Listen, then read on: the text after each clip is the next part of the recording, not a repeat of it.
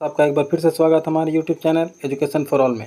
ये देखिए आज की बहुत बड़ी अपडेट है। ये 20 तारीख की अपडेट है। 20 तारीख को देखिए ये क्या है, हमारा कहा था 20/5/2023 को एक नोटिस जारी किया गया है, नोटिफिकेशन जारी किया गया है जो मिनिस्ट्री ऑफ कम्युनिकेशन है पोस्ट ऑफिस के लिए गवर्नमेंट ऑफ इंडिया की, उसने जारी किया है। इसमें क्या है, ये वैसे विद्यार्थियों के लिए है जो 10th पास कर चुके हैं और जो पोस्ट ऑफिस में अपना करियर बनाना चाहते हैं। इसमें जो है कहता है कि देखिए ग्रामीण डाक सेवक ऑनलाइन इंगेजमेंट स्पेशल साइकिल मई 2023, यानी कि इससे पहले जो है वो जनवरी फरवरी के आसपास भी फॉर्म आया था और फिर से मई 2023 में ये नोटिफिकेशन जारी किया गया है। तो हम पढ़ते हैं इसमें क्या है।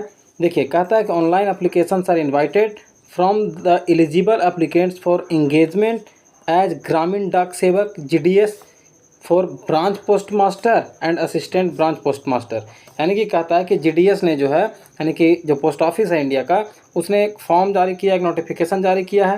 वो GDS का जो है इसमें BPM यानी ब्रांच पोस्ट मास्टर और ABPM यानी कि assistant branch post master post के लिए ये नोटिफिकेशन जारी किया गया है। तो चलिए हम इसके बारे में जानते हैं कि कौन इसमें भर सकते हैं, कौन से लोग एलिजिबल हैं और कौन एलिजिबल नहीं है।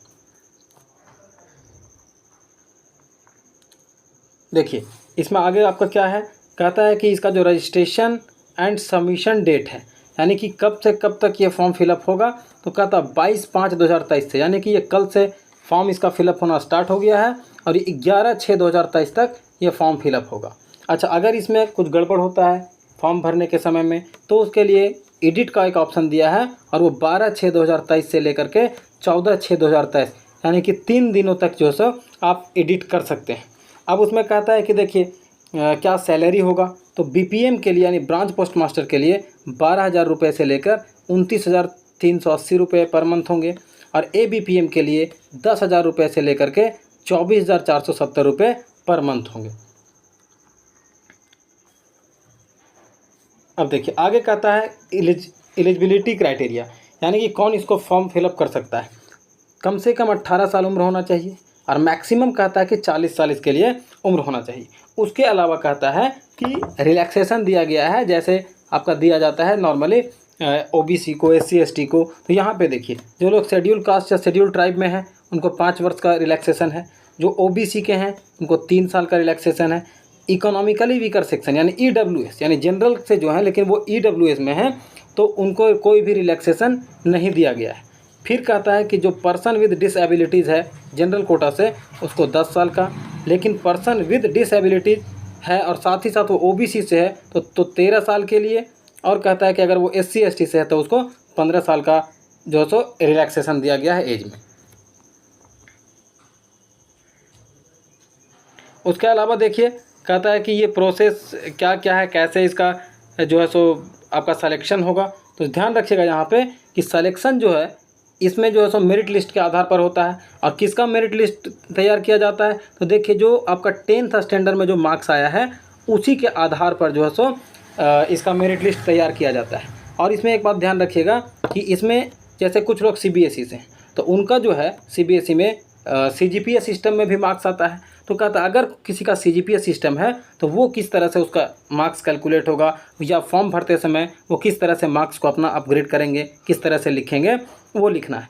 तो कहता है कि यहाँ पे देखिए, यहाँ पे आपको दिया हुआ है नीचे में, और थोड़ा सा नीचे आते हैं तो देखिए यहाँ पे कहता है कि आपके जितने भी CGPA होंगे यानी ग्रेड पॉइंट होंगे उसको आप 9.5 से मल्टीप्लाई कर देंगे। जैसे मान लीजिए कि किसी का 10 CGPA है तो उसको करेंगे 9.5 से मल्टीप्लाई तो हमारा आ जाएगा 95%। तो यही उसका परसेंटेज काउंट होगा। लेकिन वही अगर मान लीजिए कि CGPA में या ग्रेड पॉइंट में नहीं है, किसी का परसेंटेज में है, तो हूबहू उसी तरह से रहेगा। ठीक है, जैसे अगर यहाँ पे दिया हुआ कि 9 ग्रेड किसी का आया है तो इसको 9 को 9.5 से मल्टीप्लाई करेंगे तो जितना आएगा वही इसका परसेंटेज हो जाएगा। ठीक है, यही सब चीज़ यहाँ पे आपको लिखा हुआ है। उसके बाद फिर आगे अगर हम बढ़ते हैं, देखिए यहाँ पर साफ साफ लिख दिया है application submitted without complete data will be rejected. अगर आपने फॉर्म फिलअप किया है लेकिन अगर आपका डाटा किसी भी तरह से गड़बड़ पाया गया तो आपके फॉर्म को रिजेक्ट कर दिया जाएगा। और फिर कहता है कि अगर आप रॉन्ग डॉक्यूमेंट्स अगर उसमें रखते हैं या गलत इन्फॉर्मेशन आप डालते हैं अननेसेसरी डॉक्यूमेंट अगर आप डालते हैं तो भी आपके फॉर्म को रिजेक्ट कर दिया जाएगा। अगर आपका जिस समय वेरिफिकेशन होगा, जिसका इसका सिलेक्शन हो जाता है, तो जब डॉक्यूमेंट वेरिफिकेशन होगा तो उस समय कहता है कि जो भी आपने वहाँ पे मार्क्स डाला है वो कहता अगर वो फाउंड मिसमैच्ड, यानी कि अगर वो गलत हो जाता है, सही नहीं पाया जाता है, तब भी आपका जो कैंडिडेचर है, यानी कि आपने जो फॉर्म किया है, आपकी योग्यता वहाँ पे रद्द कर दी जाएगी। यहाँ तक कि अगर आपका स्मॉल स्पेलिंग एरर भी है किसी एप्लीकेंट्स के नाम में या मदर या फादर के नेम में, तो भी वो रिजेक्ट कर दिया जाएगा। फिर कहता है कि shortlisted applicants will have to submit an undertaking in the format annexure as इतना। कहता है कि अगर आपने किसी तरह का फॉल्स इन्फॉर्मेशन दिया है, मान लीजिए आपका सिलेक्शन हो जाता है, तो फिर बाद में वो जो सो आपको जो सो हटा सकता है।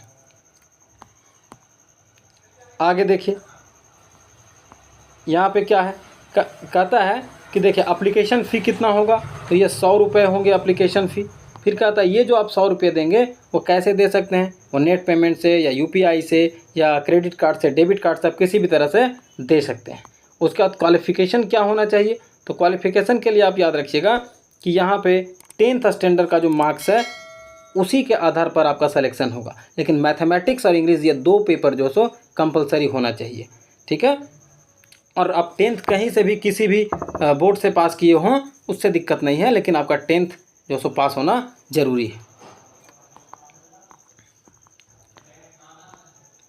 फिर कहता है कि और आपको क्या जानना चाहिए, आपको जो सो लोकल लैंग्वेज की जानकारी होना चाहिए।